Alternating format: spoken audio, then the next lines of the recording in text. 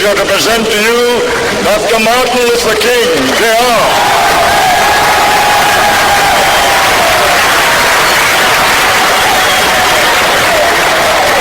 I am happy to join with you today in what will go down in history as the greatest demonstration for freedom in the history of our nation.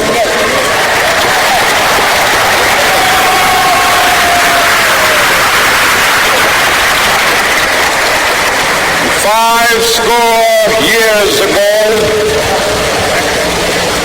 a great American in whose symbolic shadow we stand today signed the Emancipation Proclamation. This momentous decree came as a great beacon light of hope to millions of Negro slaves who had been seared in the flames of withering injustice. It came as a joyous daybreak to end the long night of their captivity. But 100 years later, the Negro still is not free. 100 years later, the life of the Negro is still sadly crippled by the manacles of segregation and the chains of discrimination. 100 years later, the Negro lives on a lonely island of poverty. I have a dream that one day this nation will rise up, live out the true meaning of its creed. We hold these truths to be self-evident, that all men are created equal.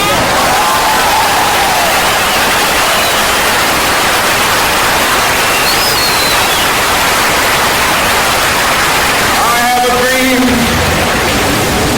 that one day on the red hills of Georgia,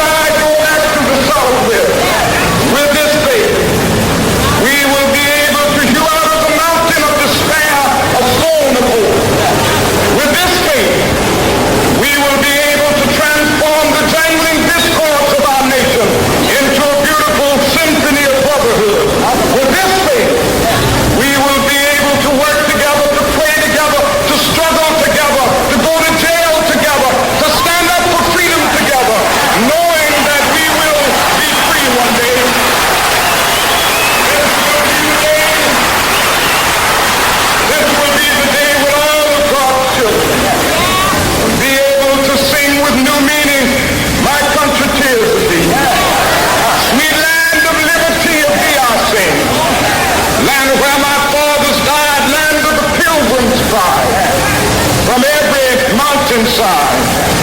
Let freedom ring, and if America is to be a great nation, this must become true. And so let freedom ring from the prodigious hilltops of New Hampshire. Let freedom ring from the mighty mountains of New York. Let freedom ring from the hiking Alleghenies of Pennsylvania. Let freedom ring from the snow-capped Rockies of Colorado. Let freedom ring from the curvaceous slopes of California. But not only that, let freedom ring from Stone Mountain of Georgia. Let freedom ring from Lookout Mountain of Tennessee. Let freedom ring from every hill and molehill of Mississippi, from every mountainside. Let freedom ring when we allow freedom ring, when we let it ring from every village and every hamlet, from every state and every city. We will be able to speed up that day when all of God's children, black men and white men, Jews and Gentiles, Protestants and Catholics,